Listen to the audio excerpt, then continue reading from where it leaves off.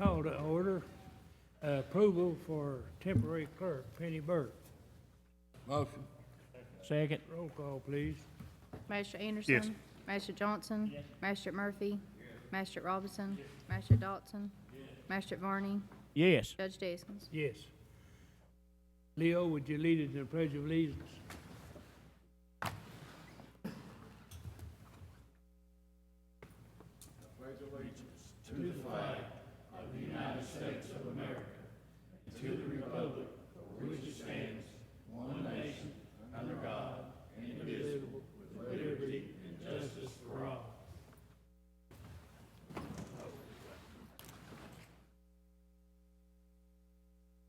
All right. For approval and discussion. Billy Carco.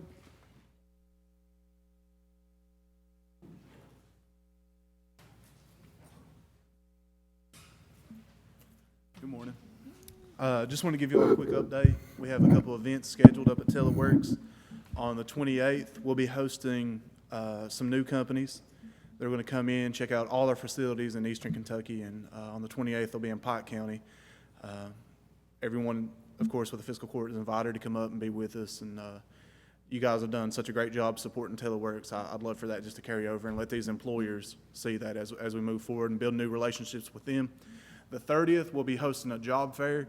I laid some flyers out for you guys. If you can help me spread the word about that, I'm going to be pushing that real heavy the next week or so. Pre-registration is required, so they had to come see me before because the day of the job fair will be interviews, so we need to get the applications in beforehand. And then they'll be ready to go. There may be offers, I'm told, that day. So it'd be really good to come, get everything done, do an interview, and walk out of the building with a job, right? This morning, instead of me taking up a lot of time, I'm going to introduce Nicholas Fleming. He's one of our clients, doing a great job what he's doing, and he just wants to share with you for just a second, if that's okay. Nicholas? Oh, I first met Billy through a Facebook post. I had a friend, and he was working for Teleworks, and I was driving all the way into Floyd County. I had to drive every day. It was a 3-hour drive from Phelps. I live over at Stopover, originally from Virgie. I met with Billy, and it was going to be late in the evening. I couldn't get there when he was available, so he waited after he should have been closed, waited for me. He helped me get everything done, and now I'm working for one of the biggest companies in the country. I work from home. My commute is 5 minutes. I get up, walk over to the computer. They provide all the equipment, good pay, full-time, and I think it's a blessing to the county. It definitely helps us out because, we're stricken by the distance that we have to drive to do anything. I mean, if you're on that part of the county, you have to drive all the way to Pikeville to work or vice versa, so it really helps us out.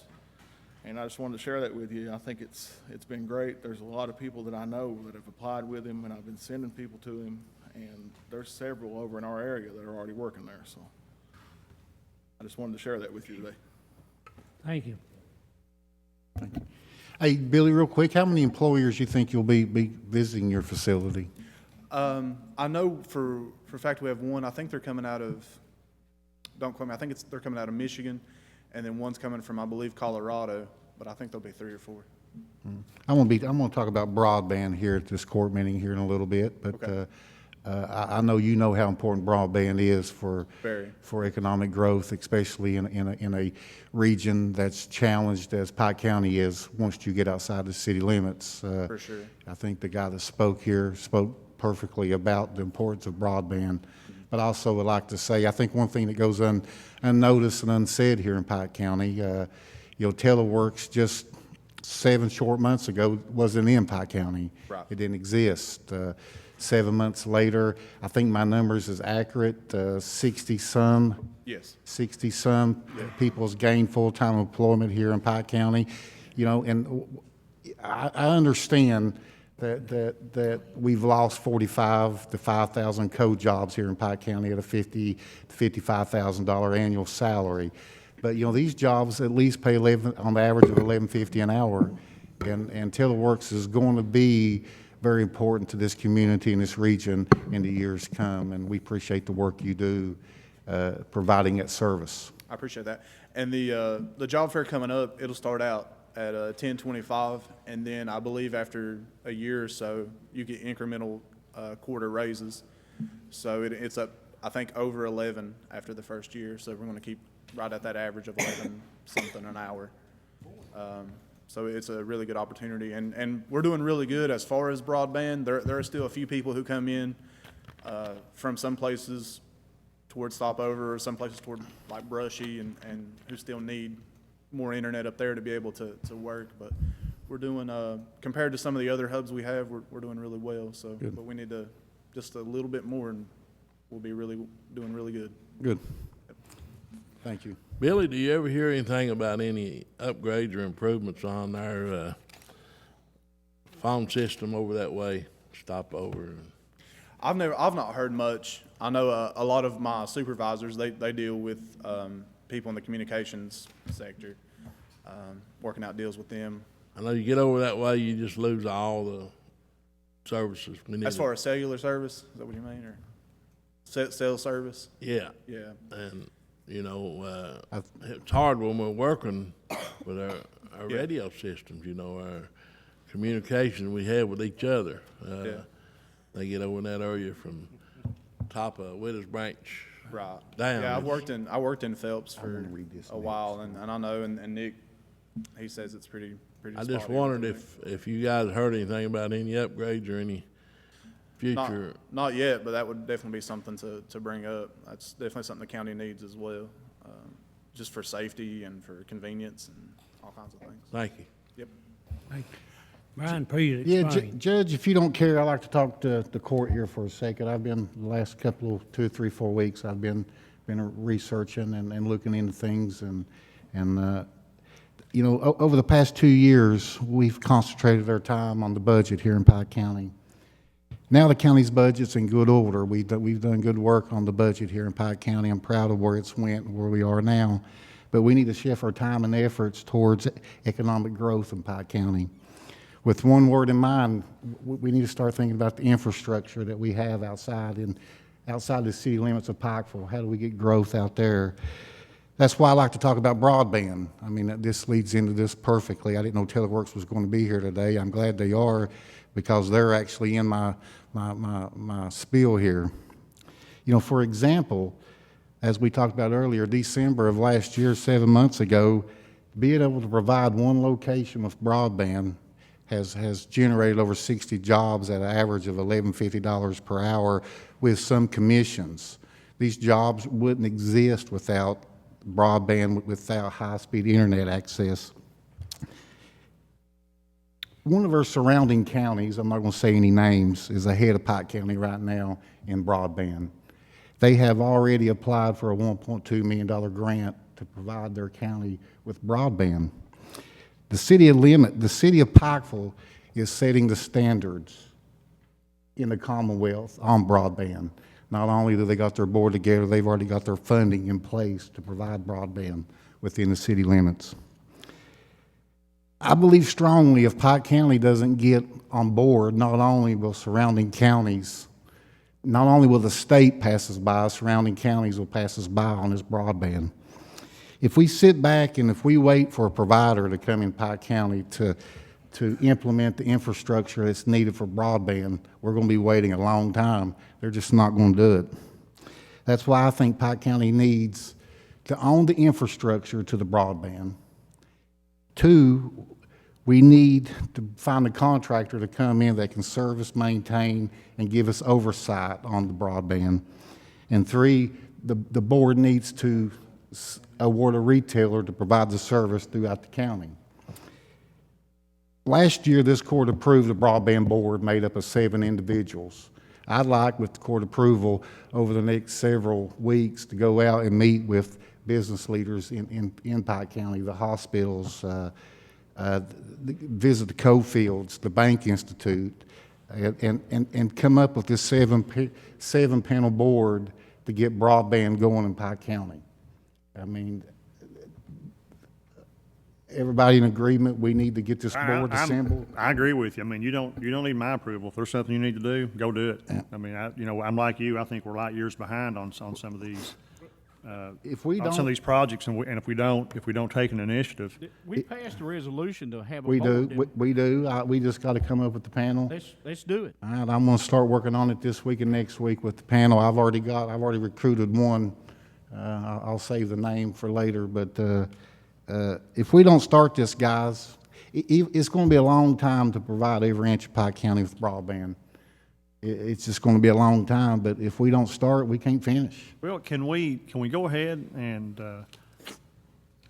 I know, our, Lisa Daniels, I know worked closely with Teleworks and during that project and got it up and running. Do we have anybody that we could use now to maybe apply for some grants or start that process? Or, I mean, Scott, I know Well, I think we can use Big Sandy Ad. Sandy Ad. I know we've talked with Big Sandy Ad. I've had a short conversation with Sandy about this. I know 100% certain she's on board with this project and do all she can do to help. Sandy, you have any input or anything we could do or we need to do or not do that would possibly hurt us or something we need to be,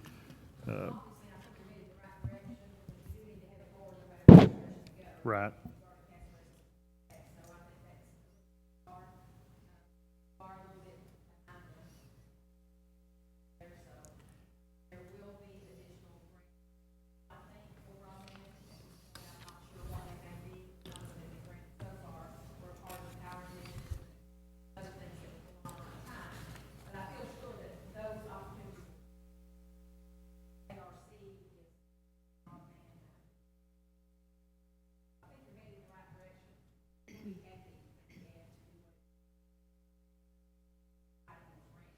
Are we in a position now where, I mean, if something does come available, will we know it at the time it happens?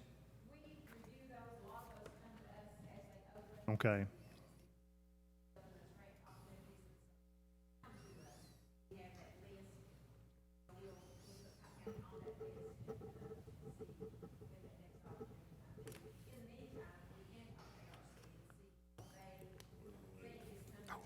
I ain't finished.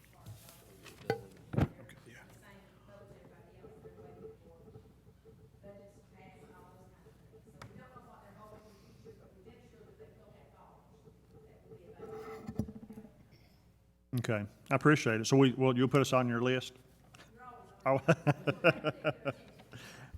But what we need to do is we need to pick an area. We need to get the board together. We need to pick an area in Pike County, and we need to do a feasibility study in that area and start in that area and then branch off that area. This is something, if we set this as a goal, we can attain this goal. We can reach, we can reach our goals. So I think I'm happy and proud to be going in that direction. I'm looking forward to it. Brian, just real quick, then I'll hush. I don't know how the other magistrates feel about it, but I'd like, if we're going to do it like a 7-member board, if we could possibly have it to where each area of the county has a representative. Is that? Yeah, without a doubt. What I'll do is I'll get names together and we'll talk about it at the next court meeting. Okay. Jeff's worried Pikeville might get left out. All right, I need a motion for approval. Huh? Don't need it?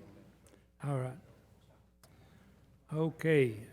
Adoption of a resolution supporting the 2017 National Recreation and Park Association Disney Spaces grant application and authorization for the judge executive to execute all related documents. Magistrate Dodson and Scott. You what you said? Hillman, are you familiar with that? Judge, it's the first time I've seen it. Scott, I've seen it. are you familiar with Isn't it? this the bridge, Scott? Yes, yes, it is. This is the pedestrian bridge and sidewalk extension over at the Hatfield McCoy Park in McCarr.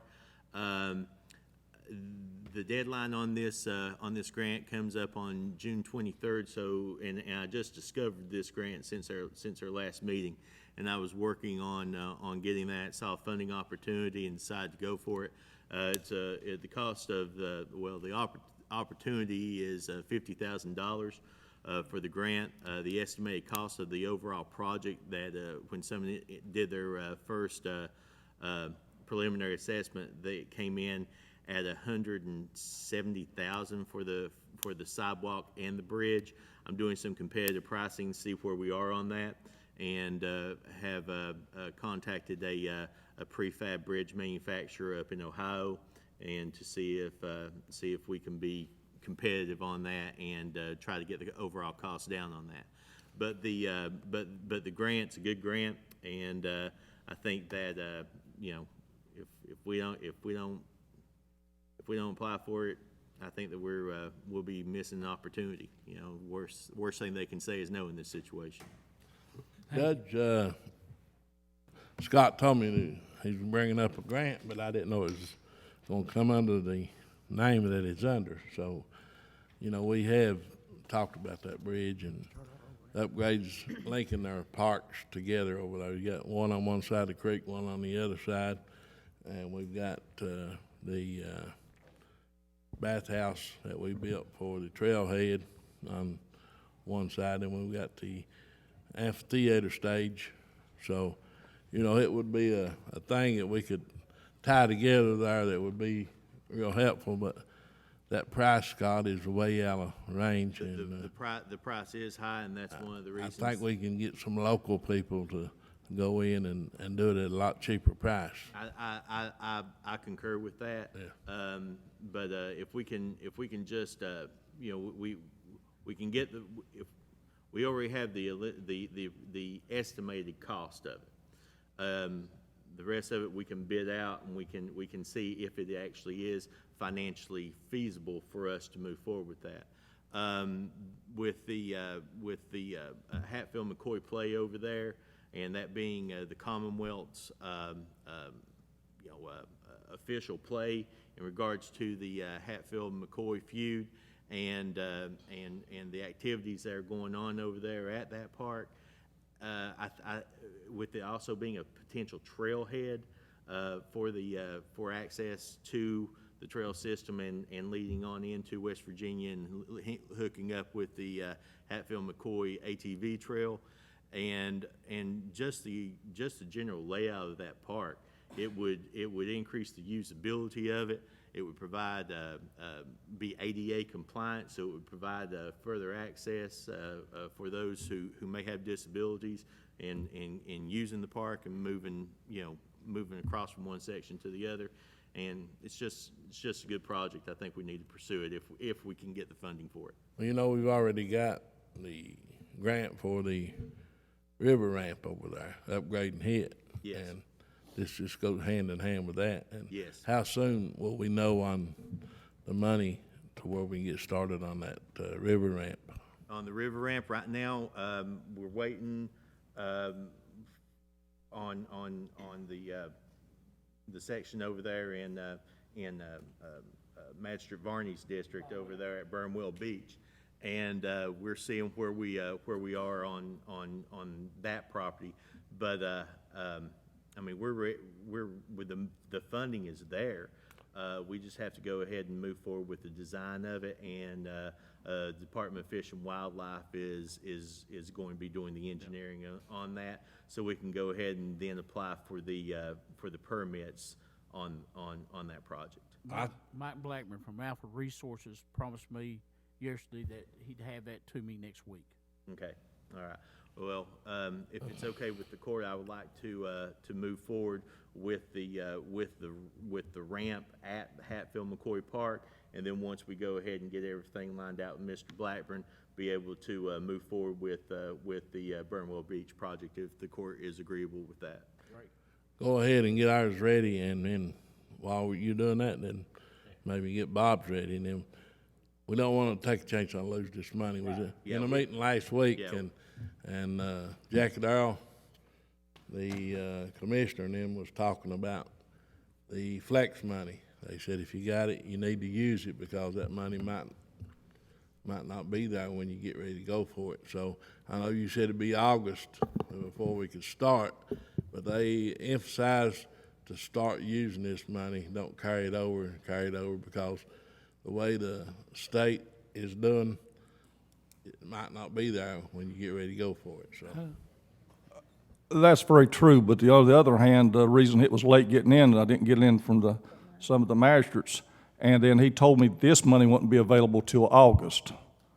And so everything's in now, but in August, and you can't use the money until it gets final approval. And so You know, we got spend your own money, but they said it would be August. carryovers from last year and this year Yeah. too, so. Those 2 years they put together. They done that, we didn't do it. Well, I know that. So that's all in now. All of it's in. The money will be available here in August for y'all to spend. In the meetings though, Jack, they said you need to start using that money because it might not be there when we get ready to go for it. Well, yes, that's very true. So 1st of August, I want to start using mine. Yeah. What are you talking about, Leo? All right. I need a motion to adopt the resolution Motion. and authorization, Second. execution of all related documents. I need a motion. We got it. Roll call, please. Magistrate Anderson? Yes. Magistrate Johnson? Yes. Magistrate Murphy? Yes. Magistrate Robinson? Yes. Magistrate Dotson? Magistrate Varney? Yes. Judge Deskins? Yes. All right. Awarding of bids. Frankie? Oh, where are they? Judge, I've got This one? three sets of bids to award. The first set is our regular June material bids. The first bid is bid number 19 for bituminous hot mix, which is blacktop. We received no bids. Mountain Enterprise said they didn't receive their bid packet. So since we didn't receive bids, I've already put that back out for bid. The bid opening will be next Monday, and we should be able to award that at the special meeting to approve the budget on Tuesday. So there won't be any break in the contract on blacktop. Bid number 20 is for hardware items and small tools. Received 9 bids. Bartley Hardware of Pikeville, J.D. Westcott and Son of South Williamson, Justice Supply Company of Pikeville, Lowe's of Pikeville, MGC Incorporated of Pikeville, Thompson Hardware of Zebulon, Tom's Tire Service and Hardware of Phelps, Tri-County Auto and Truck Parts of Kemper, and Right Way Rental and Supply of Pikeville. And it is recommended that we award this bid to all vendors. Bid number 21 is for lubricants. Received 4 bids. Apollo Oil of Winchester, Childers Oil Company of Whitesburg, Jones Petroleum Services of Pikeville, and Wayne Supply Company of Pikeville. And it's recommended that we award this bid to the lowest evaluated bidder, which is Apollo Oil. Bid number 22 is for off-road diesel. Received 1 bid from Jones Oil Company of Pikeville. And it's recommended we award the bid to the lowest bidder, which is Jones Oil Company. Bid number 23 is for office supplies. Received 3 bids.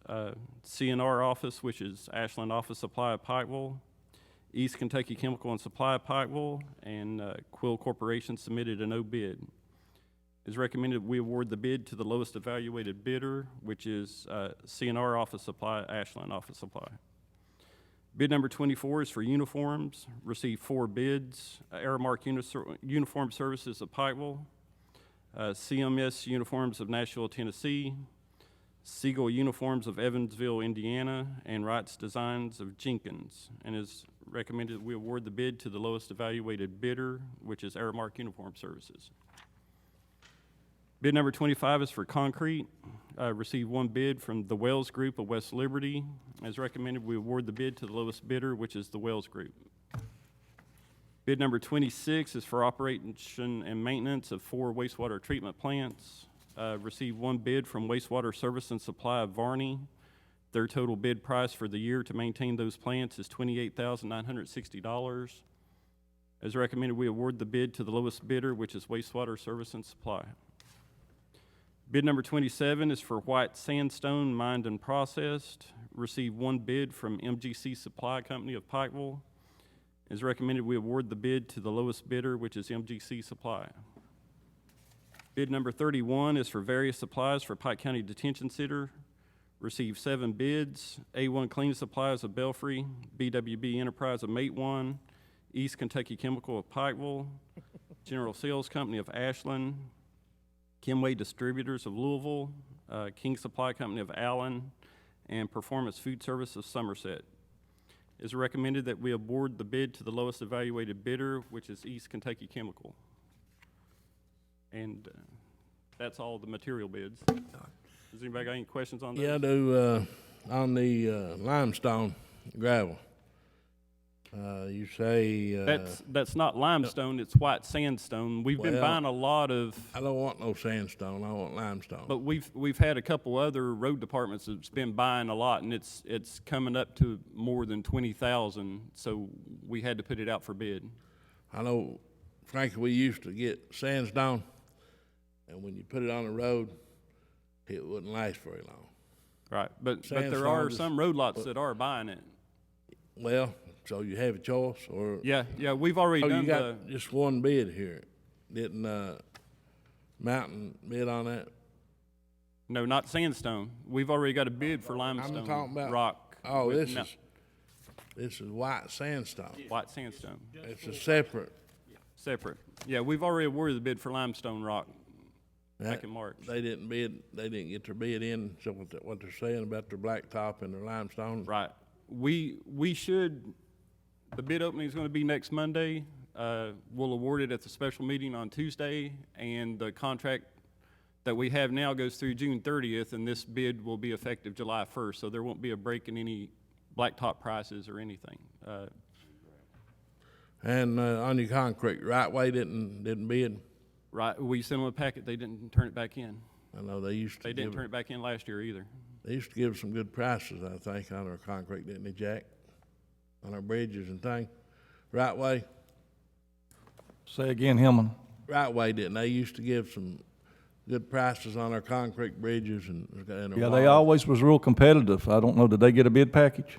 They got well, we mailed them a bid packet, but they never turned it in. Yeah. I even called the guy last year and told him the bid opening, and he even said that he was going to get it down here, but he never did. That's all I have, Frank. On the wastewater plants, the operation and maintenance of them, when the new sewage plant goes in over at Belfry. I had a conversation with him that he knows that too. We talked after the bids, and I told him that when sewer goes through at the Belfry station, that plant will be coming off, and he said he'll adjust his prices accordingly to take that one off. And then the Majestic School, there's a wastewater treatment plant there, and it may be coming online sometime next year. So one may offset the other.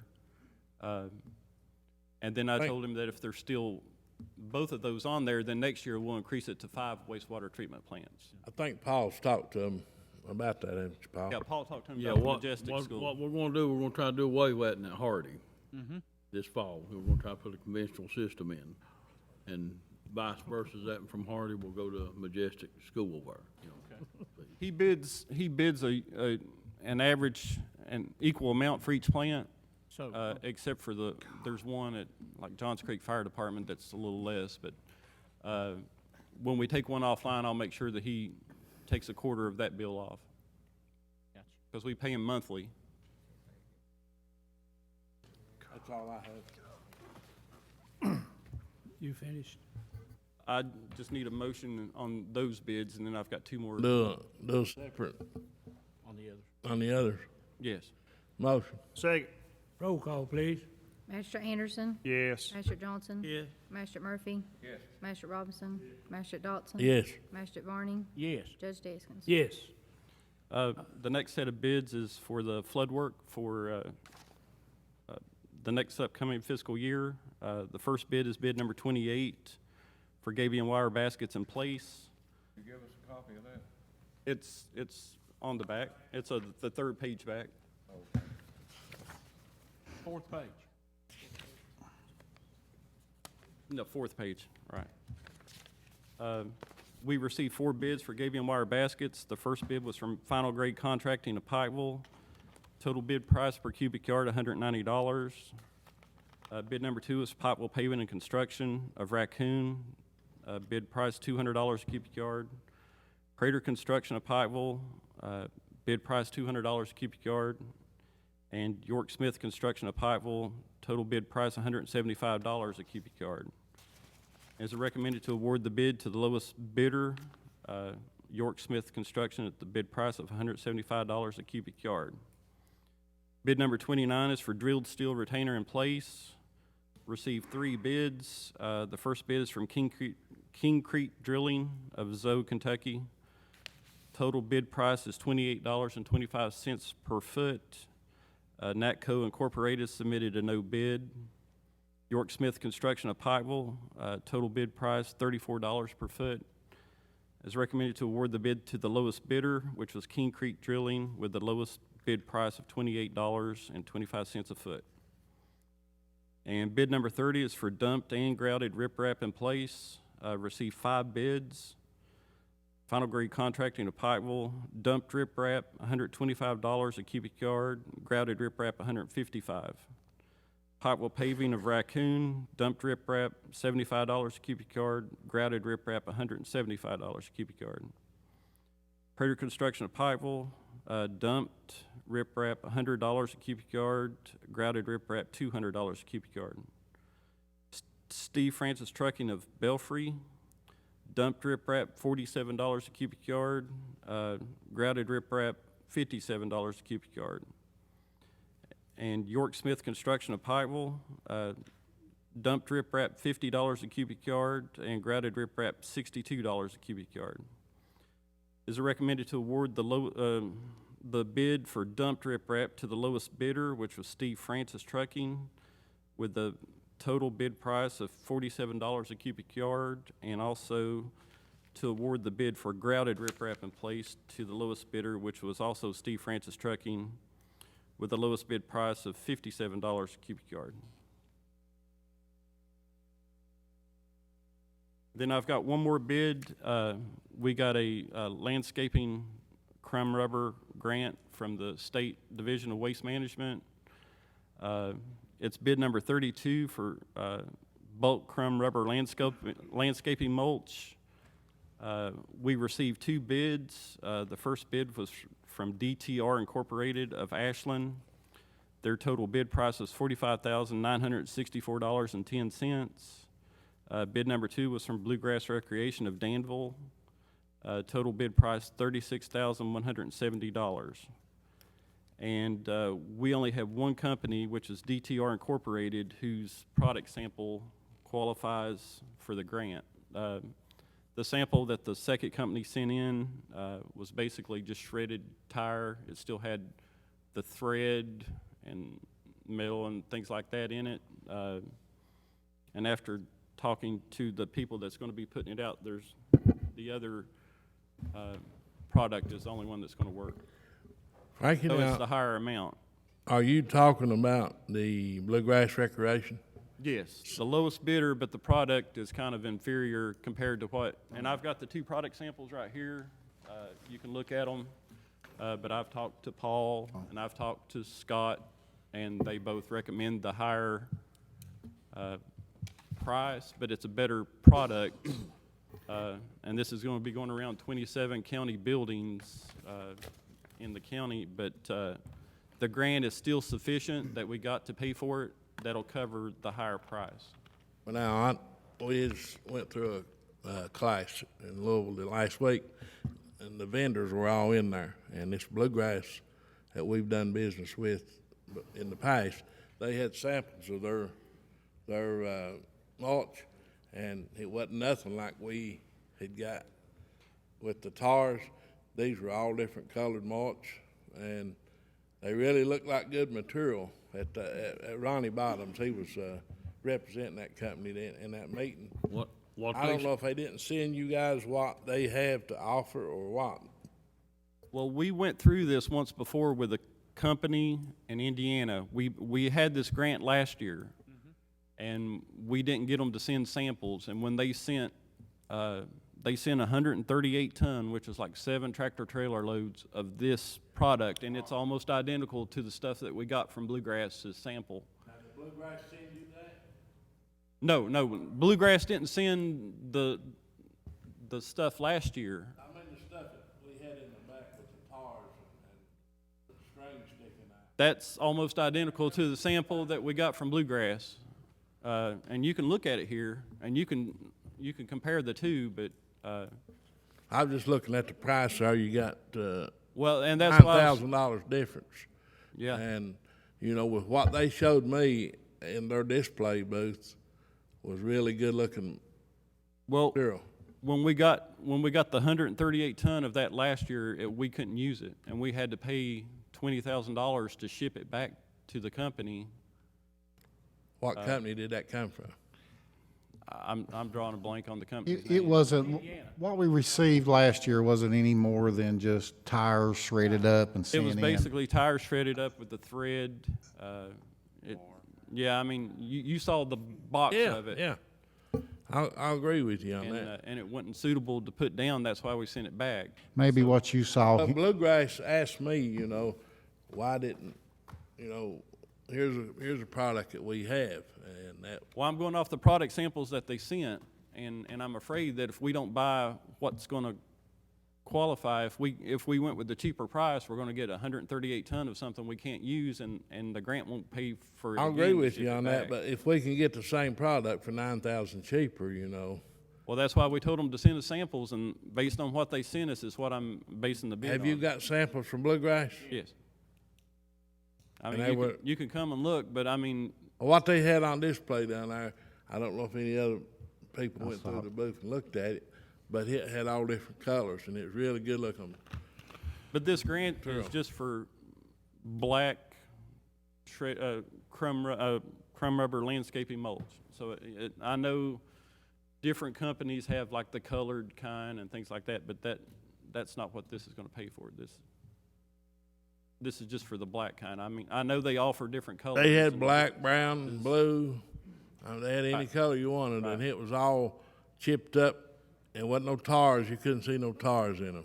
And like I said, I'm basing this just totally off of the samples that they sent, and based on the history that we had, that when we got 138 ton of what they sent a sample of before, we had to send it back because we couldn't use it.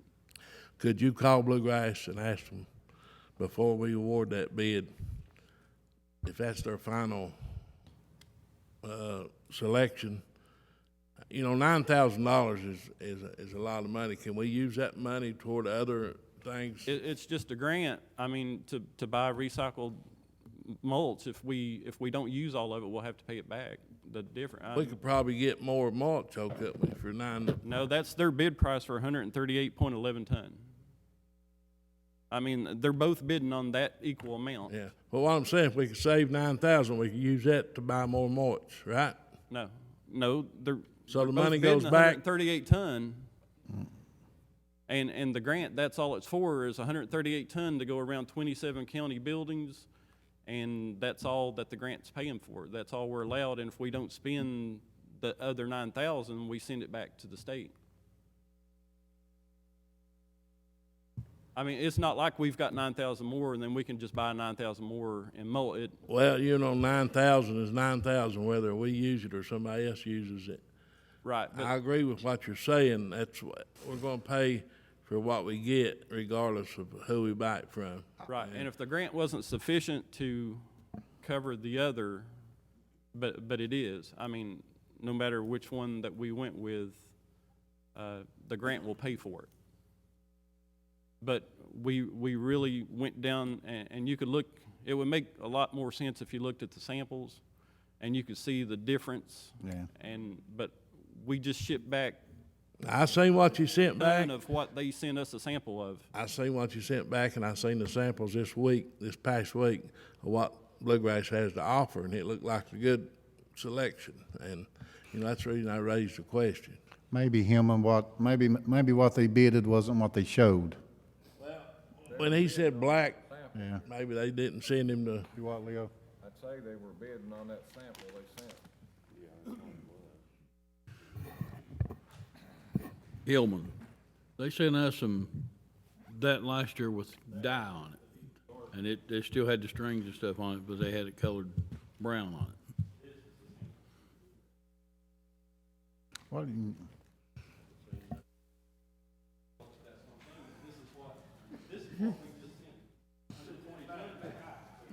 That's what they're bidding on. That was they're bidding that cheap price to get rid of that stuff, and they had their good stuff down there to display. Good stuff, yeah. I feel like it.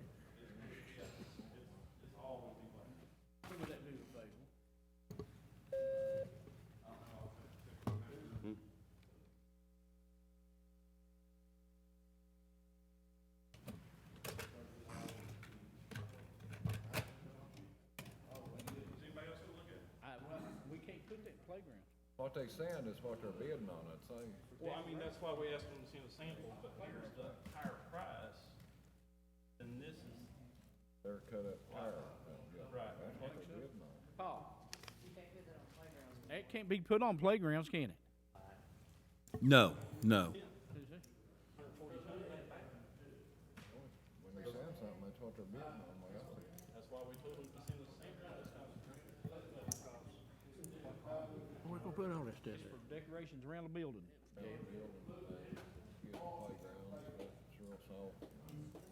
They're gonna put some around my toilet.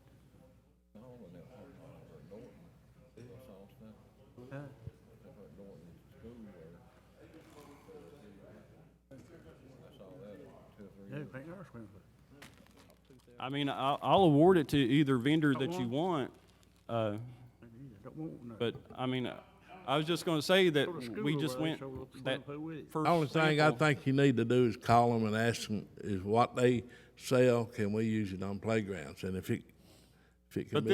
this isn't for playgrounds, this is for landscaping, and that's what the grant is for landscaping. Well, you need to get some good bark or mulch or something if you're gonna landscape.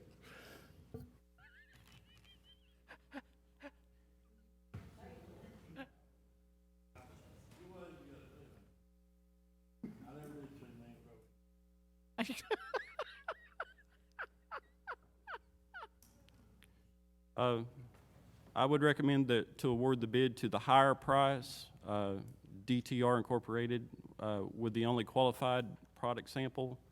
Total bid price $45,964.10.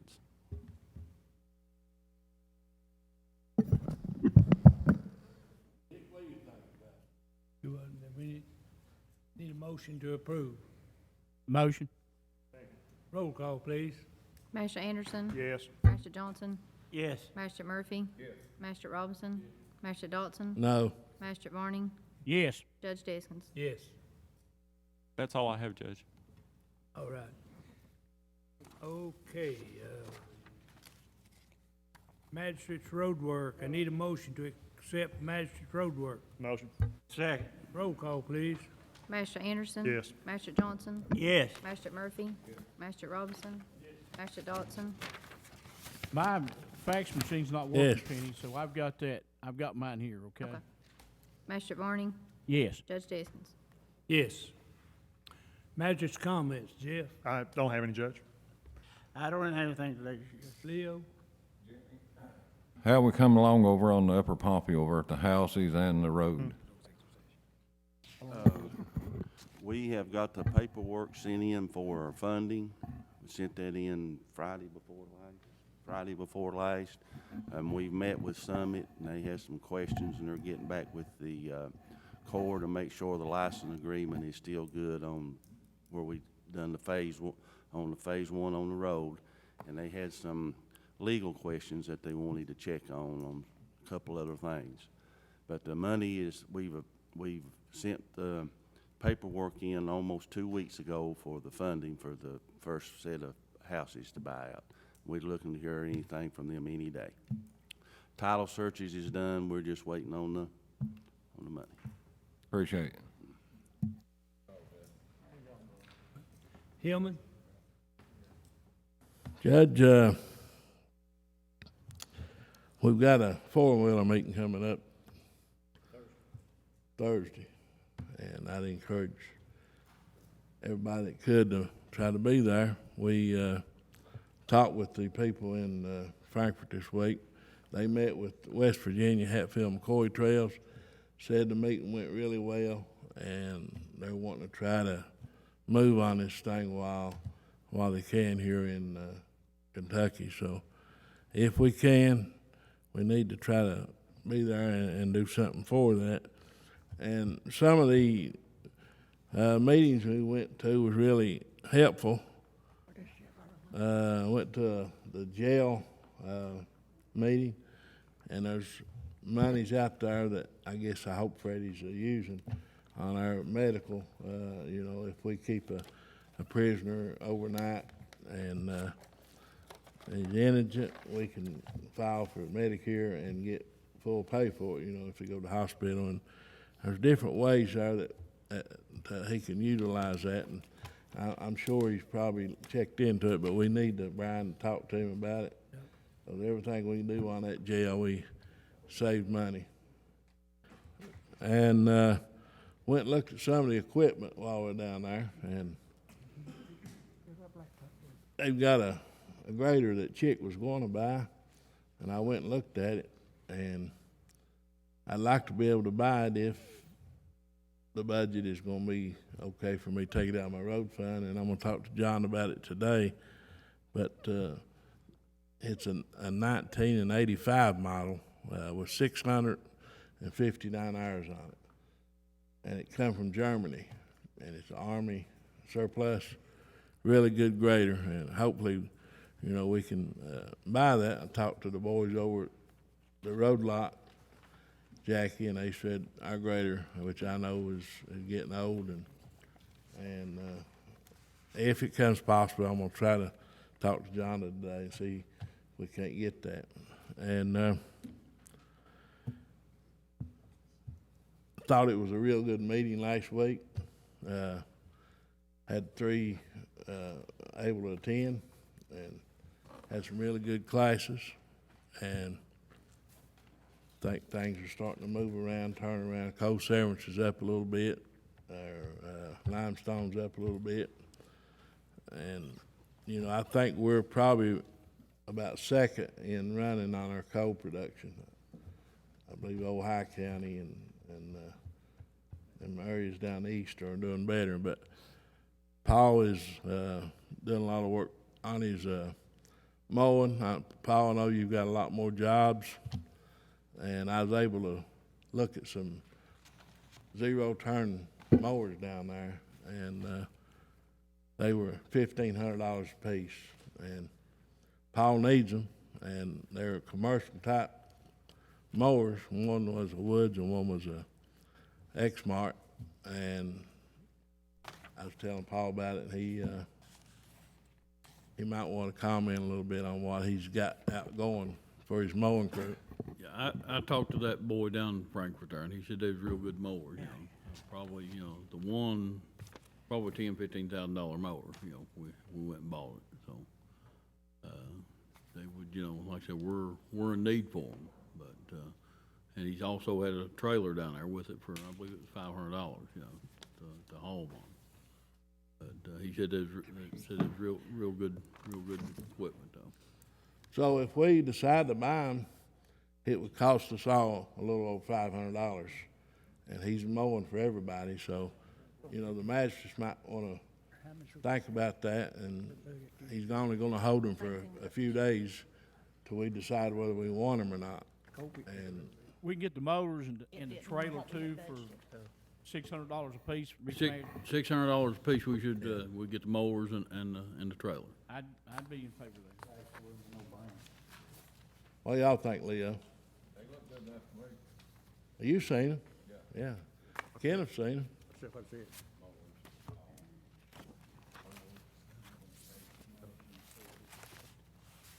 If it's in order, I'll make a motion for Paul to be able to get them, because he's covered up with work, and it just keeps the weeds, and you're staying busy, ain't you, Paul? Yeah, if it wasn't for the inmates, we couldn't do it, you know, to help we get. And this will give you a spire mower. Right. Mm-hmm. And the money come out of our road fund. I'll second the motion. Need a second? Oh, okay. Roll call, please. Magistrate Anderson, Yes. Magistrate Johnson, I'm gonna vote for it if them two on the other end don't choose them all the time. Magistrate Murphy. Yes. Magistrate Robinson. You don't keep. Magistrate Dodson.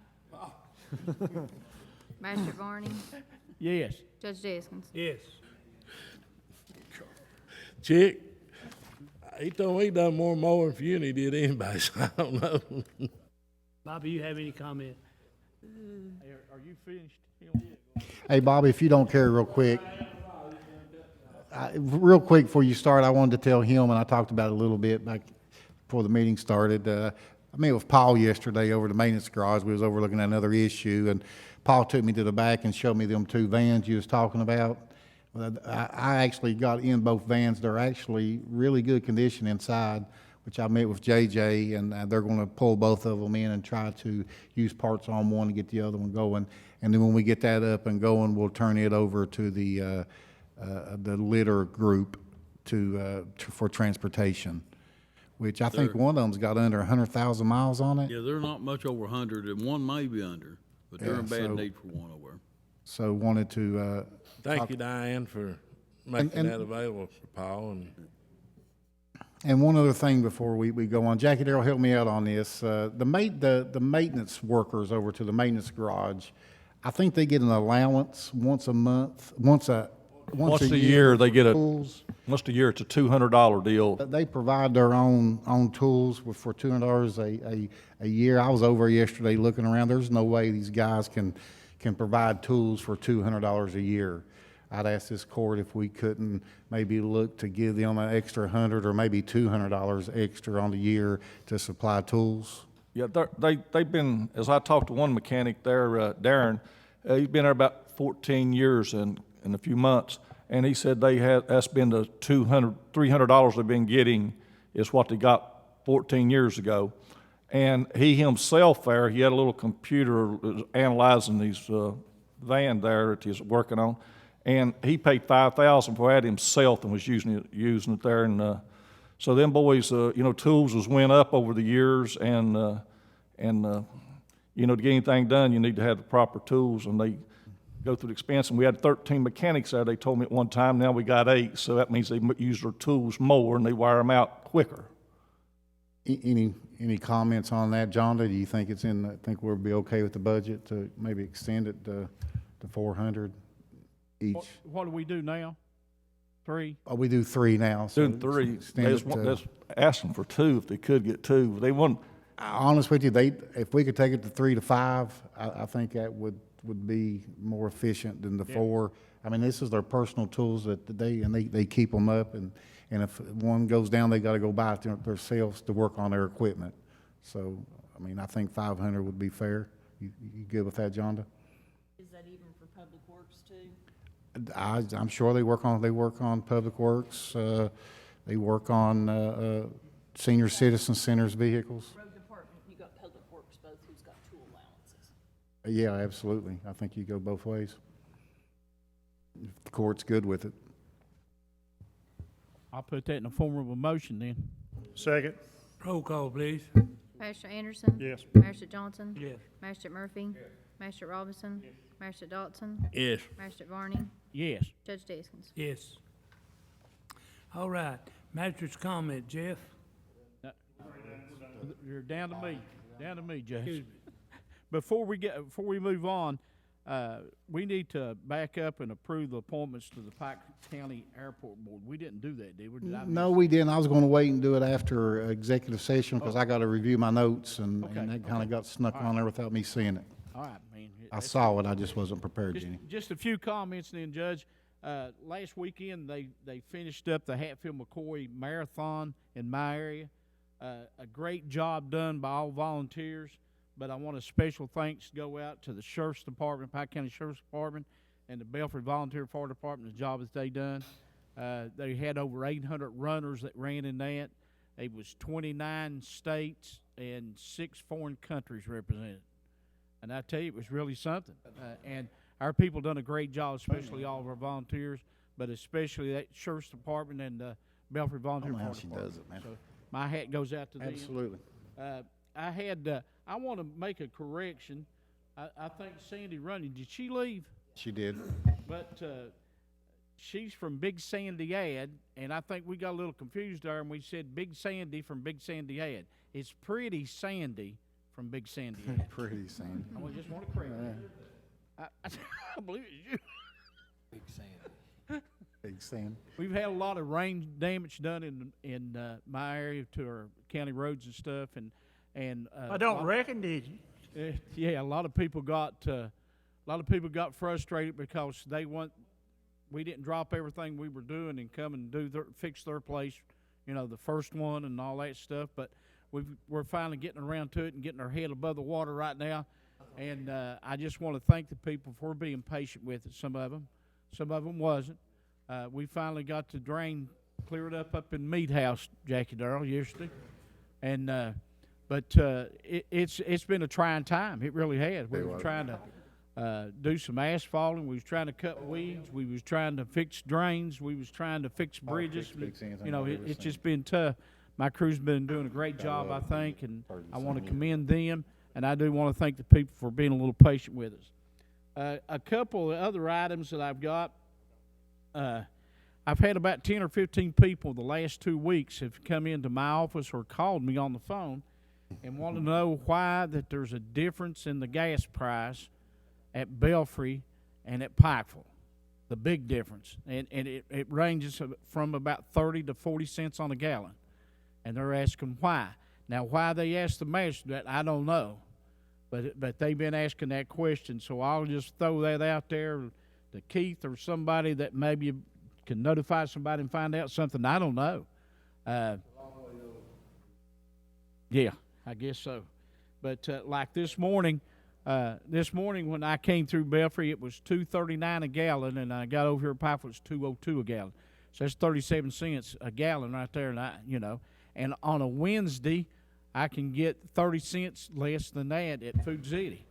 So, man, I can get gasoline at Food City on a Wednesday for $1.69 a gallon. Hush, Keith. I know.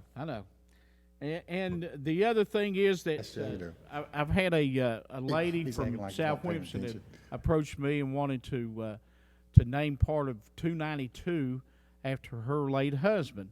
And I told her 292 was a state highway that and then she called me back. She said she talked to a lady in the state, and the lady in the state said that the magistrate could go ahead and put up a sign or something there. And I told her I wasn't putting up no sign on no state highway right away.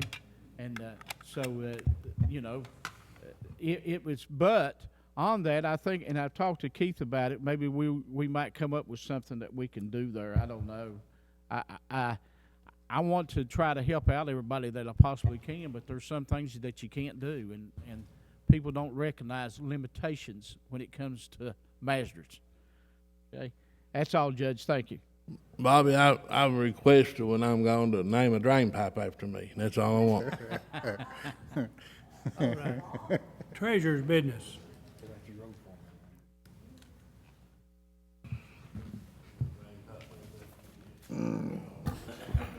I need y'all to be thinking about what day, Thursday or Friday next week, you want to have a special meeting. I just had the budget emailed to me this morning. Oh, so the budget's back, So in order Jonah? to get it published in the paper, hopefully by tomorrow get Jeff Vanderbeck to give me a special thing to get it advertised, so that way we can have it Thursday or Friday next week to get the second reading of our budget.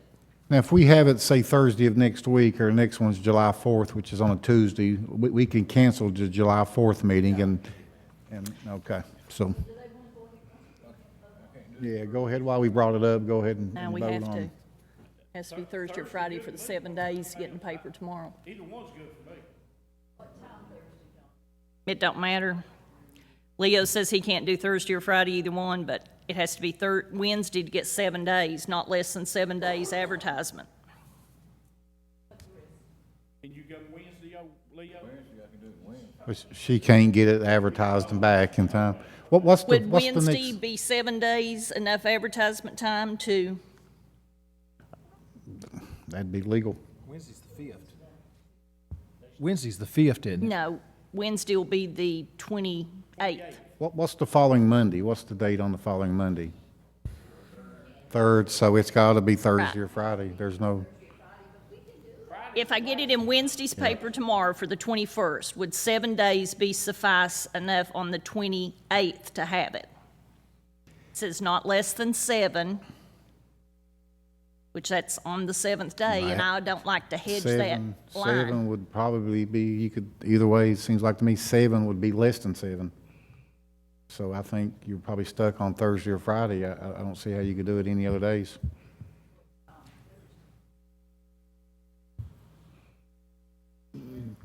You can't make Thursday or Friday, either one, Leo?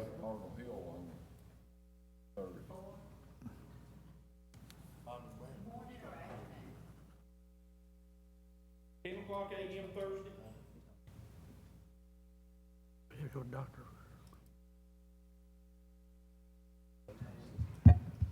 Yeah, I mean, that's fine. I mean,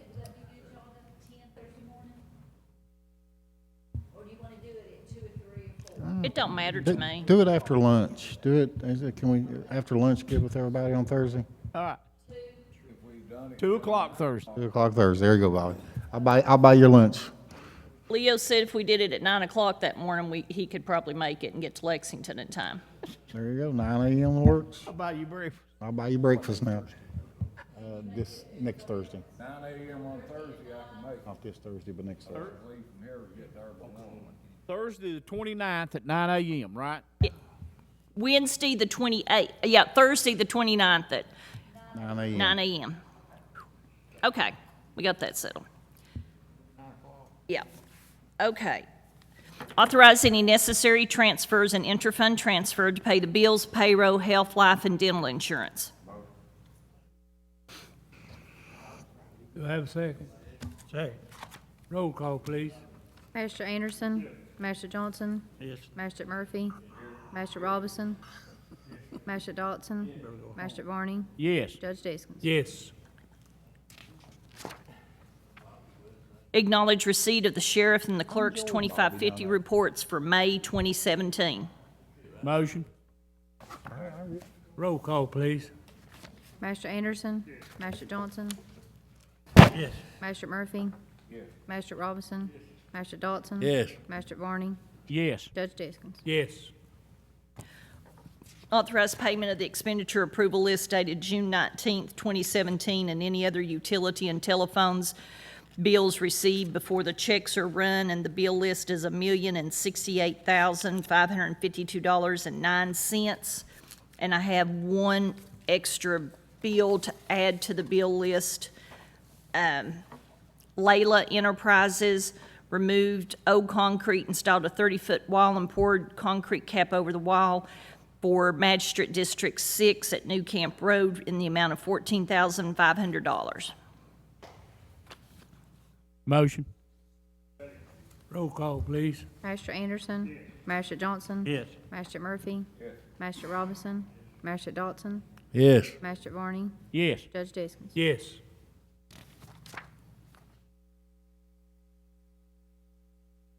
I don't have anything else, Judge. All right. Hey, we need the KRS for executive session.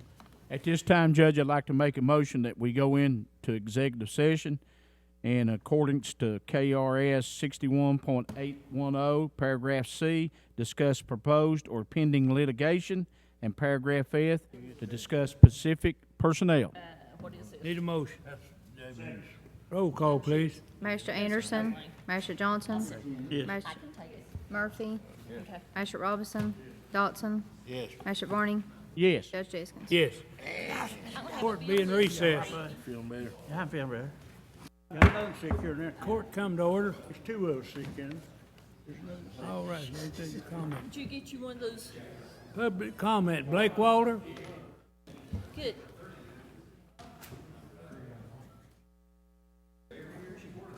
You're kidding. I guess it was worth it, wasn't it?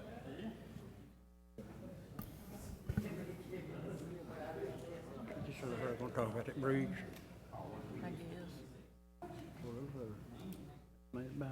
You're ready. Before I get 10 started minutes. on, about the bridge, I'd like to say something, Brian. Back in 1994, which I was a heavy equipment mechanic all my life, I got $2 an hour for my tools. For every hour that I worked, I got $2 an hour for tools. And the $500 a year for them boys, that's 4 or 5 wrenches. They deserve a lot more if they furnish their own tools, a lot more. Because when you go buy, if you don't use tools, you don't understand what they cost. And you can go buy a cheap wrench and use it twice, and then you throw it away and you go buy another, or you can pay for good ones, you know. But anyway, I just wanted to throw that in there. But back to the bridge at Walker's Branch. Last time you was going to have Mr. Blankenship to go down and look at it, and he went down and looked at it, and well, Jackie Darrell was with us, and I think he come in. He said he could build one for about $40,000 for materials, and use the county workers. Of course, the way he looked at it, county workers, you're going to pay them anyway. So he's figuring for about $40,000 he can build a bridge down there. And what he suggested was to drill 4 holes on each side and put steel down in the hole, go down to the solid, and then lay 4 beams across them, and then put, I guess, concrete decking on it and pour concrete on top of it. That'd be 12-foot wide bridge. He said he wouldn't build it any less than 12 foot wide. But, you know, I told him a 10-foot wide bridge would be enough, and he said build it 12 foot wide, cost another $300 or $400. So might as well go ahead and build it 12 foot wide while he's at it. So where we stand now. I'll let you comment on that. That's, I haven't seen the plans. I haven't either. Mr. Well, Walker. I don't know, I don't know if there are any plans, but Right. anyhow, that's what, but we've come from $800,000 down to about 40,000. Yeah. I think we're getting, Well, I think that probably, because I know my former road foreman had some excellent, because he had designed and built some bridges before in District 1, and I think he actually had some plans designed for that at one time, but we never could get the logistics of the real estate, problem we had worked out. I don't know if he'd still share them with us or not, but I'm thinking maybe he said around 25 to 30,000. He thought maybe one could have been built for. That's probably been 2-3 years ago. well, Ralph, he said that, So that's probably in the ballpark. yeah. And I don't know, I mean, taking out all the Corps of Engineer problems and land disputes and all that, the price Well, may fluctuate, it may not, I don't know. I mean, as far as Corps engineers, they've approved the bridge for every creek they are on Lower Johns Creek. And Right. I will be badly fooled if they come up and reject one bridge. Right, well, I'm not saying they're going, when I'm talking, I'm just repeating after people, things I've heard. I'm not speaking for the Corps of Engineers, but, I think a bridge, if we can get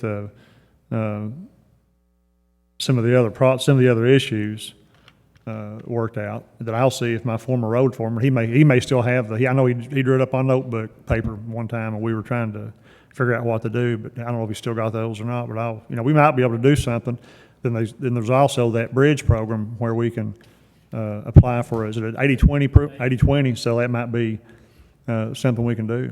But I think that price is probably more in line with what I was thinking as well. Well, I Now, agree with my that. question now is, if we got the funding in place, if it was in place tomorrow and we could proceed with this bridge, how are we gonna get the land that it comes over to? I mean, that's One gonna way. fall, I mean, That's the key issue. Is this court willing, and that's one of my questions I was going to ask tonight, is this court willing to condemn the land?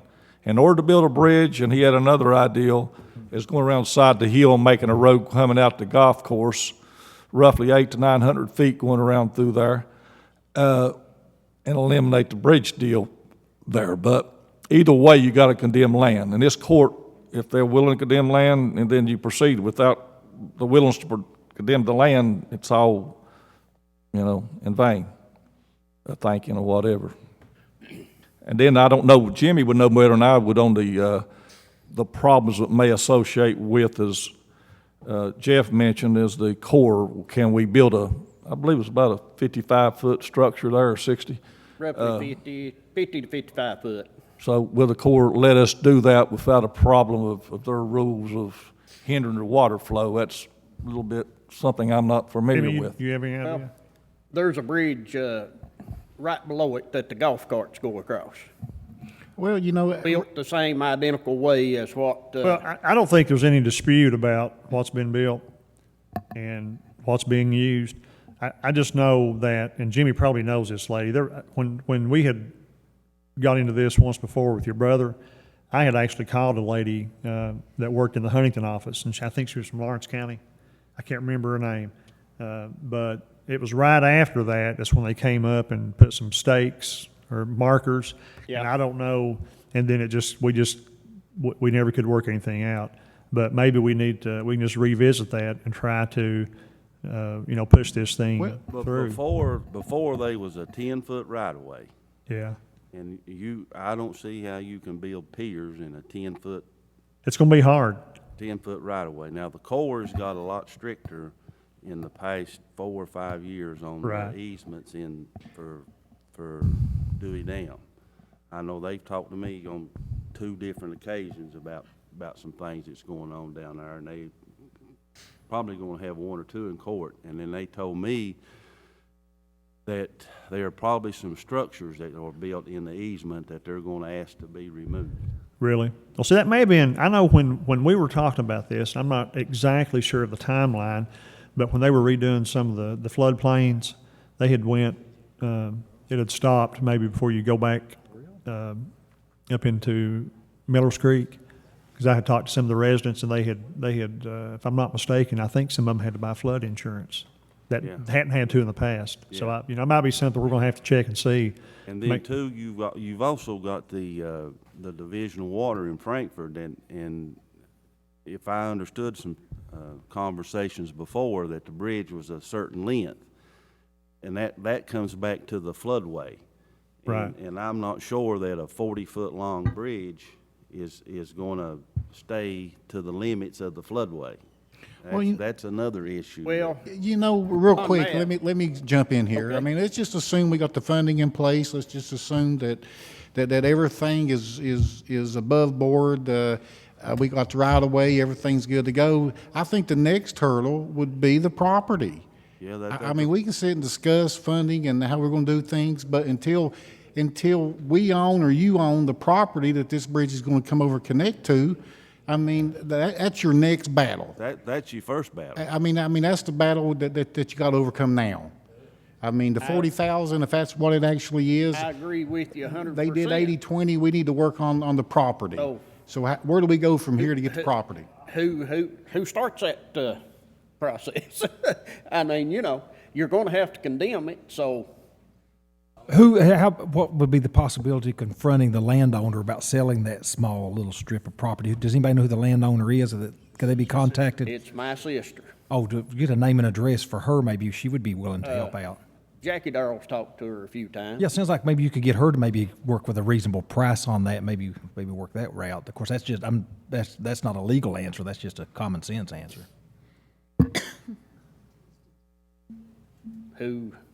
Who's going to go? I mean, Jackie, you want to talks talk to her? I'll go She again and won't talk to her. me, so I'm going to be honest with you. leave me out of the equation. I mean,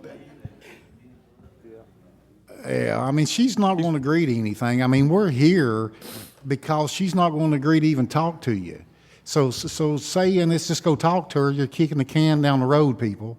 Let's quit kicking the can down the road and let's try Like Jackie to. Darrell said, Sorry. if this court is not willing to condemn the land, there'll never be a bridge there. So, I mean, that's the I question. guess the question is the court willing to condemn the land? There's the And question. my theory of this is, and I've said this before, Johns Creek's gonna get up one of these days, and when it goes back down, there ain't gonna be no bridge down there. And then what are we gonna do? Because there are places, when the water gets down, that you can get down below it and look, and it's 3 foot. There's nothing back under it, holding it up.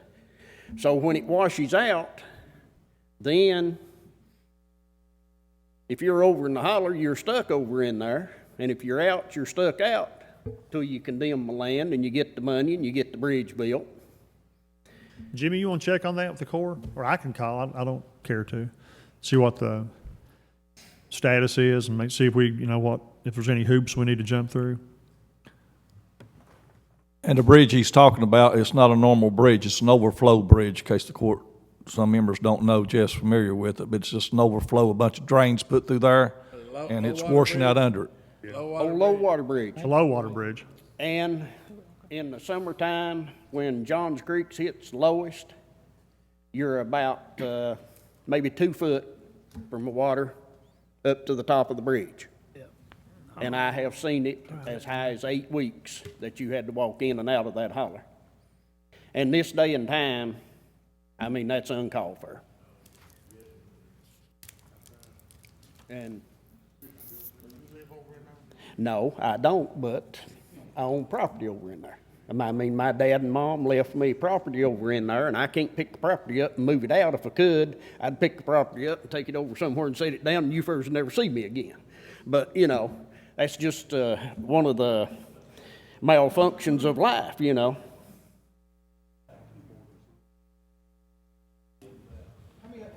How many other homes are up there? I'm getting late. There are 3 houses. 3 houses. But there's 7 landowners. 7, oh, got you. Could be developed area up in there. Be used for development. Sounds like a good area. If you could get to it. So your sister's got you all landlocked in there. Got you. That happens quite a bit around the county. You can also, if somebody's got you landlocked, you can actually initiate a lawsuit. I'm not giving legal advice to you, but you can actually sue them to gain reasonable access to your property and force an easement. Of course, that just like a condemnation, that's lawsuit also.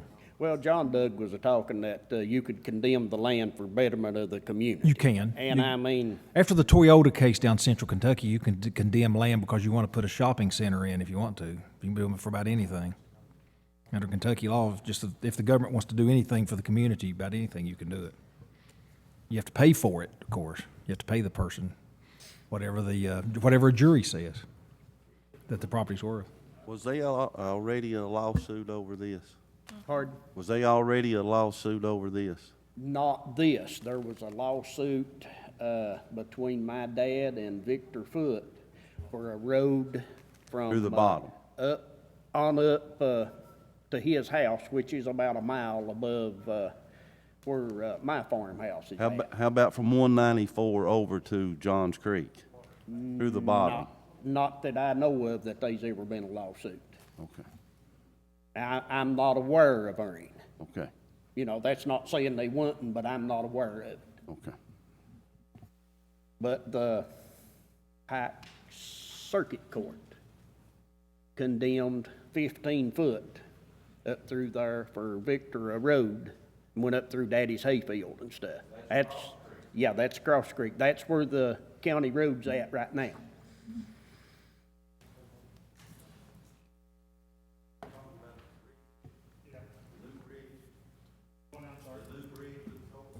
I'm sorry. Yeah, see what we can and I reckon can't do. The bridges below there goes to the golf course. Can a bridge, I mean, that's not a real wide bridge neither, but you're saying the structure deals with their rules was changed on us?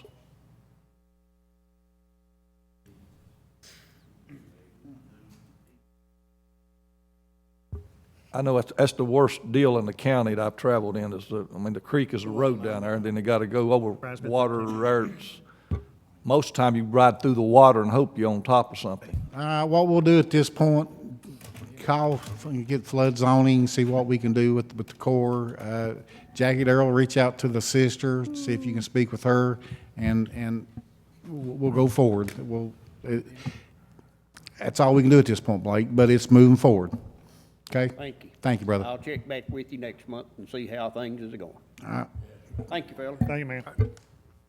Commissioners, I got a couple of things, Bill, if you don't care. We skipped one thing in the agenda today was approval of appointments to the Pikeville Pike County Airport. The city of Pikeville has appointed 2 people. They're wanting David Barrett to replace Brad Hall. Brad Hall has moved out of the county, so they're wanting David Barrett to replace Brad Hall, and his appointment will be up December 28th of this year, and to reappoint Governor Paul Patton. That's the two appointments to the airport board through the city, and it has to have this court's approval. Brent Wagner still on there? Brent Wagner's still on, he's a county employment. Second. Roll call, please. Magistrate Anderson? Yes. Magistrate Johnson? Yes. Magistrate Murphy? Magistrate Robinson? Magistrate Dodson? Yes. Magistrate Varney? Yes. Judge Deskins? Yes. And then we got some personnel, need to recognize the resignation of Chris Bunch. Chris Bunch was a solid waste foreman at Johns Creek lot. He was employed at the county for 27 years. His last day at the county will be June 30th. Chris Bunch will be missed. Bobby, I know you thought a world of Mr. Bunch. Wish him and his family a great life. Approval to hire Barry Ratliff as temporary driver at Lot 1 at Pikeville, replacing Matthew Ward. Matthew resigned he'll be paid a 3H rate of pay effective June 12th. Approval for Lisa Little to temporarily replace Rose Farley as fiscal court clerk at 3A rate of pay effective 6/20. Approval to hire Lisa Atkins temporarily to replace Lisa Little in occupational tax office at a 2A rate of pay effective 6/20. Approval to hire Roger Reed as transfer truck driver at the landfill at a 3H rate of pay effective 6/15. We bidded a few jobs, a loader position at solid waste at number 5 at Stone. That job is going to be awarded to Kenneth Stanley. Packer driver, solid waste area number 5 at Stone at a 3H rate of pay. That will be awarded to Greg Blankenship, senior bidder. We bidded the mower driver on lot 1. We're going to pass on that one as of now. That's the judge's recommendations. On the judge's recommendations with Lisa Little, and I'm not sure if Lisa would have had any, but you need to add the longevity to that, or it would just be strictly the Okay. Yeah. pay for the All, tier. all that applies here include longevity Okay. as well as their rate of pay. Are you finished? Yep. Need a motion. All and a right. second. That's your motion. Need a second. I need a motion and a second. That's your motion. Oh, my motion and a second. All right, I'll do it. I'll second the judge's motion. All right. Roll call, please. Magistrate Anderson? Magistrate Johnson? Yes. Magistrate Murphy? Magistrate Robinson? Magistrate Dodson? Yes. Magistrate Varney? Yes. Judge Deskins? Yes. If y'all don't care, I've got another bill that we need to add to our expenditure approval list. It is to Seal Master up to $6,000, which will be taken out of Chick's road account for resurfacing the Dorton and Long Fork walking tracks. Motion, what's this? Roll call, Up to please. $6,000 for you to do Seal Master. Okay, yeah. To help with that project. Okay, yeah. Make the motion. Motion. Second. Magistrate Anderson? Yes. Magistrate Johnson? Yes. Magistrate Murphy? Magistrate Robinson? Magistrate Dodson? Yeah. Magistrate Varney? Yes. Judge Deskins? Yes. All I have. I'm glad Chick got his money back. All right, Commissioner and Director's comments. A couple of my issues done took place here in discussion, but still got one left. And it's a going problem through the county. Bobby mentioned it there about the drain at Meat House of Canada. It's been a problem since I've been here, and it's probably been a problem before that because they did have a pump house on this drain they put in, and it collapsed last year. And so we took the drain out, but they wanted to put one back in. We didn't. But then it flooded this past month ago, and the dirt filled up from the drain. It's too small a drain. It filled up all the way back, and water had been running in the road for quite a while. And then we got up there yesterday and got it out finally, took one out, and water's draining. But the problem will happen again from this drain because the drain's too small, and the drain, and it's probably about 40, 50 foot of drain there. And the drain right below there is a 3-foot drain. It's too small. The drain should be about 56 inches there, or 48 inches if it's plastic with a smooth texture. You get by with less inches. So that drain's too small in that area, and we're going to run into a problem there. And I was wondering if the court want to do something. If it's a continuing problem, you see it happen over and over, that we couldn't notify those landowners to get a bigger drain, put a bigger drain in there, find them a contractor, because there's a lot of expenses that the taxpayers, plus work that the workers in the county could do other things, but they got to apply their attention and time and labor to that deal. And the homeowners should, put a drain at a proper size when they see continuing problems and deal with it, and make life a lot safer and less expensive on our community. I think we have ordinance that take care of that now, Jackie Darrell. The problem that we have, these drains were put in 25, 30, 35 years ago, and they didn't have an ordinance. That's so. it. Jimmy tries to make sure they do that now on. But what do you do? Yeah, I understand that, Bobby. But what do you do, like a meat house particular? You're looking at that deal, and it's going to be a problem in the next big rain. Yeah. It's going to happen. So couldn't this court do something it's a continuing problem, and you see it's going to happen again, it's happened over and over, couldn't they have some kind of rule or request to the homeowner, get in there and deal with the problem that's there? It's going to be a financial burden on the public and a safety factor for the public, and may stop somebody from getting out and have a heart attack, can't get to the doctor. It's something that we can do to alleviate this problem. I know it's a politically a tough thing, but sometimes you got to make some political hard decisions. Actually, they've got to get a permit through Jimmy before they can put a drain in. Yeah, but these drains has been in for 20 years. I'm talking about drains that's there now. If they don't meet the floodplain design, then they'll have to take them out. Is that right, Jimmy? What I've suggested before to the road foreman was, if you've got a drain and say it stops up in the spring, most of you road foremen know this. They know every drain problem they got. And I've asked before if they would take a picture and date it and bring it to me, I'd start a folder on it. And then after the second or third time that this happens, it's a continuous thing, then we go to them and say, okay, now this drain stopped up on this day, and this day, and this is a continuous problem. We don't care if it's been there 10 years or 2 years, it's got to come out. You have to fix this. Because most of the time when you go to them, they'll say, well, that was the act of God, that's why it flooded. We don't know that. But if that, but if you document that and show that it's done that 2 or 3 times in a certain period of time, you can say this is no act of God, this is a problem to this community and it needs addressed.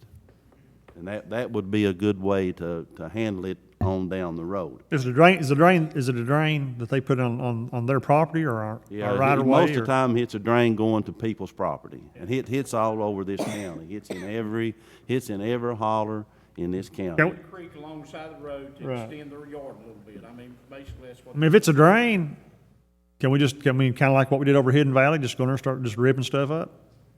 Well, I mean, can we do that? Just take all the county equipment over? A lot of times it gets down to, can we prove that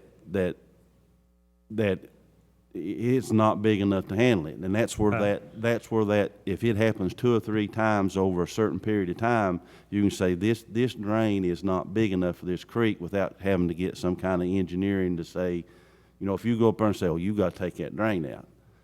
Then they say, well, you don't like me, or my neighbors don't like me. Right. And then you'd have to prove that drain's not small. Well, Hidden Valley, we just did it. We just took the equipment over and just ripped all the stuff up and I think filled it in with, I don't know what, gravel or whatever, and just made them, they just dealt with it.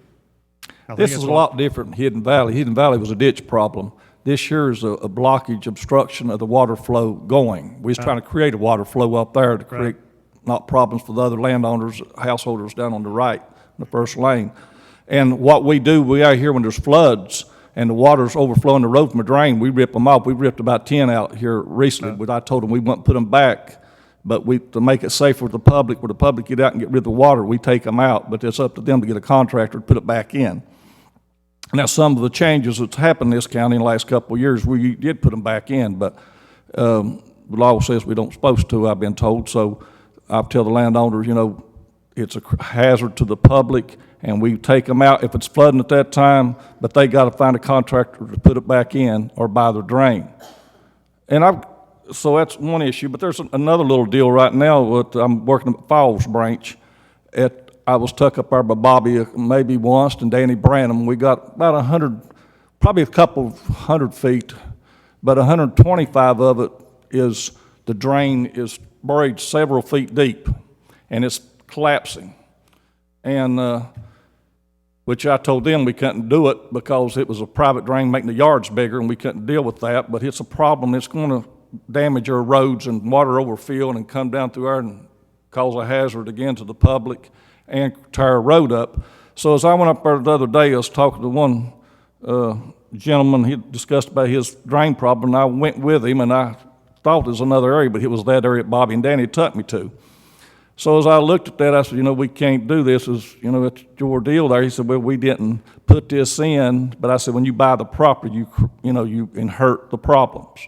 So, but what he explained to me, if they didn't even put them in, said when they worked on 119, they went up through there to make the roads bigger. These contractors put these drains in, and they're several feet deep, and some of them's normal, but in other areas it's real deep. And my suggestion, as I looked at it, because it is a problem for safety in the future in the roads, and I said, I'm going to talk to the court about it. If you will leave these drains out, I'm going to suggest that we take and put a creek back in here. And if you don't put no drains back there, I want you to sign a paper, no drains be back in.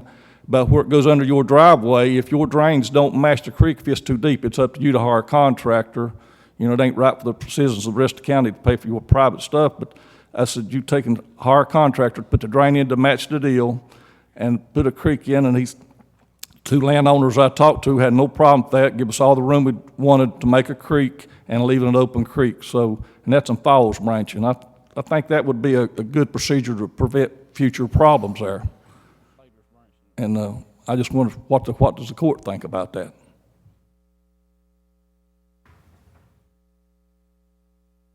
Oh, well, that's in my district, and I agree with you overwhelmingly on that for the simple reason we could go in there and spend $100,000 to $150,000 and fix that problem, but 10 or 15 years from now, we're going to be the same problem again. True. I told them the drains, is a problem. And people don't think about their neighbors below them, and they throw trash in, and the trash gives them a problem, or somebody down the road a problem. And the only way to make this and a thing that don't give us a problem is making an open creek again. And they've agreed to do that. So I think that would be real sensible financially and public safety too. All right, thank you. Do you have any comment? Yeah, you? Judge, we have a waste tar cleanup event going on this week, starting Thursday, Friday, and Saturday over at Johns Creek. And this is sponsored by the Environment Cabinet. Anybody's got any old used tars or whatever they want to dispose of them, they can bring them over there, and it doesn't cost them anything, which this is not for tar dealers and businesses like that. But last event that we had 3 years ago, it comes around every 3 years. Last event, we had 80,000 tars that was brought in. So there's no reason for anybody to throw their tars over the hill. They can bring them to us at no cost. It's Thursday, Friday, and Saturday. Bring it to the landfill, Johns Creek, right? Do you have anything? Judge, I just wanted to say that July the 5th, we will reopen the Phelps Senior Citizen Center as an official senior citizen center. July the 5th. Do you have anything, Scott?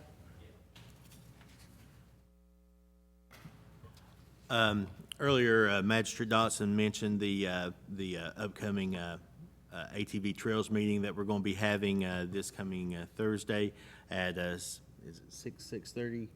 6:30 p.m. Here at the courtroom. Looking forward to seeing everyone with interest, not just those who enjoy riding ATVs, but also people who are interested in how having an ATV trail can positively, and I want to emphasize this, positively impact their property. There's another side to it, and that's one of the things that we want, that we want to do as we move forward with the education program with the citizens of Pike County to help them understand that there is an economic opportunity for them with this. They do have skin in the game. Another thing with the Teleworks, I want to echo what Deputy Judge Executive Moore said in regards to the broadband and access to that. If we're going to build a new economy, we have to build a new infrastructure to support it. Currently, and I'm rounding this number off, we can say that Teleworks has brought 65 people of Pike County back into the economy. And if you're looking at $11 an hour wage, you're looking at, and rounding that number to 65 folks, you're looking at almost $1.5 million that's going back into our economy right here in Pike County. And this is improving the quality of life of the citizens of Pike County, and that's what we're all here for. And it's not just the pride that comes with having a job. This new industry allows folks to come and not to come, but allows folks to work from home, attend to their children, and be able to still put money in the bank and have a life. And with their economy changing, you're looking at more and more households having both the mother and the father, two people seeking employment, wanting to work and wanting to engage in order to make it. And someone has to stay at home and watch the children. And there's an added expense there that we're not taking into account. And we're adding to the quality of lives of the people by doing that. So the Teleworks program is a great program, and we have to reach out, and we have to get the broadband in place, and we have to be able to move forward with this technology, and so that we can have a new economy here in Pike County. And I'm here to help you in any way I can in that capacity. Thank you. Do you have any comments? County Attorney? No, I just thank everybody for thinking of John Doug, and I'm going to jump in here. And last week I had Tommy Chamberlain in Israel and Joe Friend off at a wedding, and my office all decided to take vacation and everything else, so I've jumped in anywhere I'm needed, and this is a great opportunity for me to get over here and work with the court. Picking up on a couple of the lawsuits, I know most of that's done. There's a case right now where everybody's in anticipation, including the general public, going to try to expedite the court process to the deciding whether or not the commissioner or magistrate form of government, the election last year, that legal issue, we discussed it. I'm going to catch everybody up if everybody's got 2 minutes. I know it's lunchtime and everybody's in a hurry. I'll give you about a 60-second update.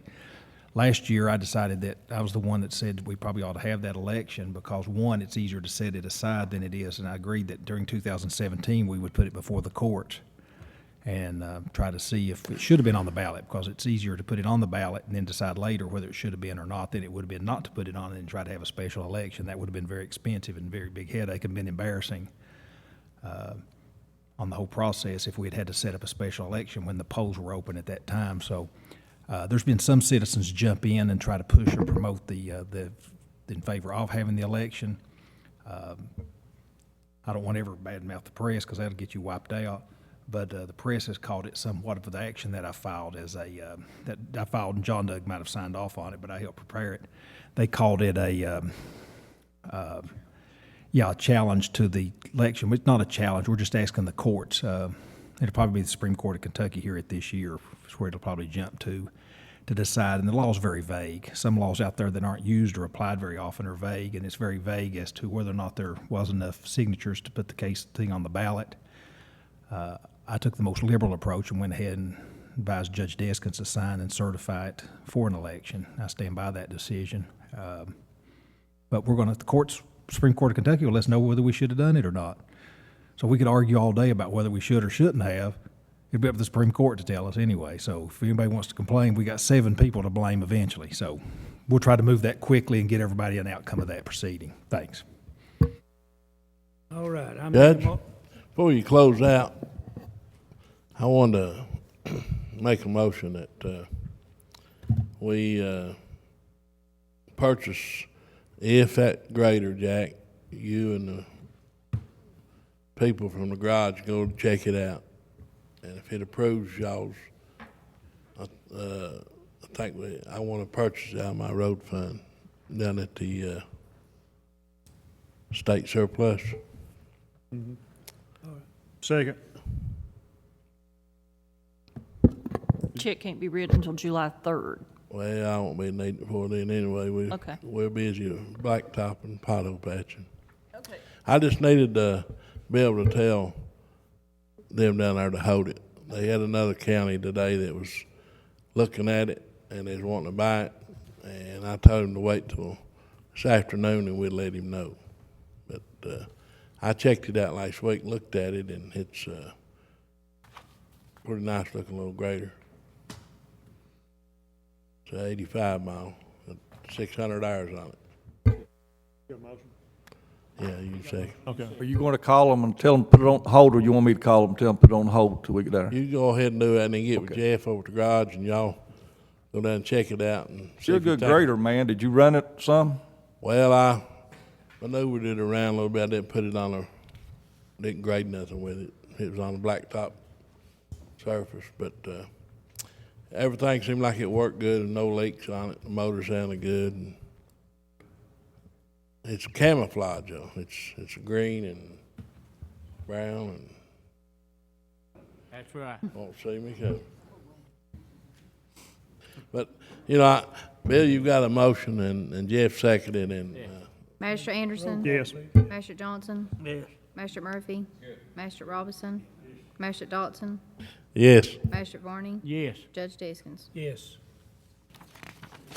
All right, I make a motion to adjourn. I need a motion. Second. Roll call, please. Magistrate Anderson? Magistrate Johnson? Yes. Magistrate Murphy? Magistrate Robinson? Magistrate Dodson? Yes. Magistrate Varney? Yes. Judge Deskins? Yes.